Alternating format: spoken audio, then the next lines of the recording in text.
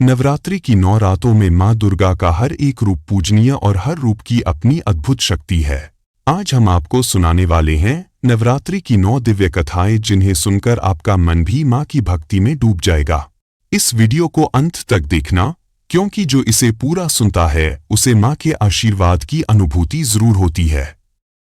नवरात्रि के पहले दिन माँ शैलपुत्री की पूजा होती है। वे हिमालय की पुत्री और पर्वतराज की संतान मानी जाती हैं। उनके हाथ में त्रिशूल और कमल है और वे बैल पर सवार होती हैं। माँ शैलपुत्री भक्ति और साहस का प्रतीक हैं और भक्तों को शक्ति और आत्मविश्वास प्रदान करती हैं।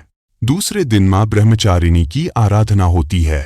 वे तपस्या और साधना का स्वरूप हैं। माँ के हाथ में जपमाला और कमंडल है। जो भक्त उन्हें सच्चे मन से पूजते हैं उनके जीवन में ज्ञान और शांति का वास होता है। तीसरे दिन माँ चंद्रघंटा की पूजा होती है। उनके मस्तक पर अर्धचंद्र है और वे 10 हाथों में अस्त्र शस्त्र धारण करती है। माँ चंद्रघंटा का स्वरूप अत्यंत वीर और युद्धमय है। वे अपने भक्तों को न्याय दिलाती हैं और हर बुराई का संहार करती हैं। चौथे दिन माँ कूष्मांडा की पूजा होती है। माना जाता है कि उन्होंने अपनी मुस्कान से सृष्टि की रचना की।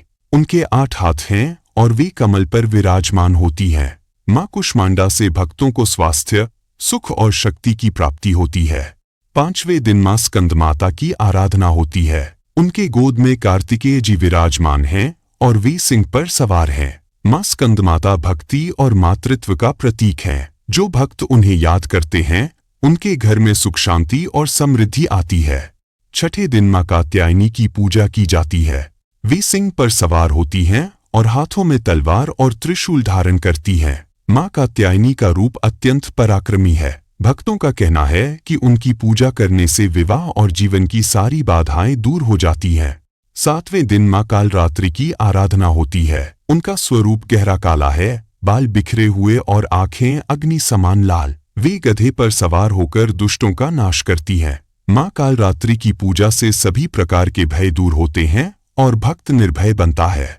8वें दिन माँ महागौरी की पूजा की जाती है। उनका रूप अत्यंत श्वेत और शांत है। वे वृषभ पर सवार होती हैं और त्रिशूल व डमरू धारण करती हैं। माँ महागौरी भक्तों के जीवन से पाप और दुखों को दूर कर शांति और पवित्रता प्रदान करती हैं।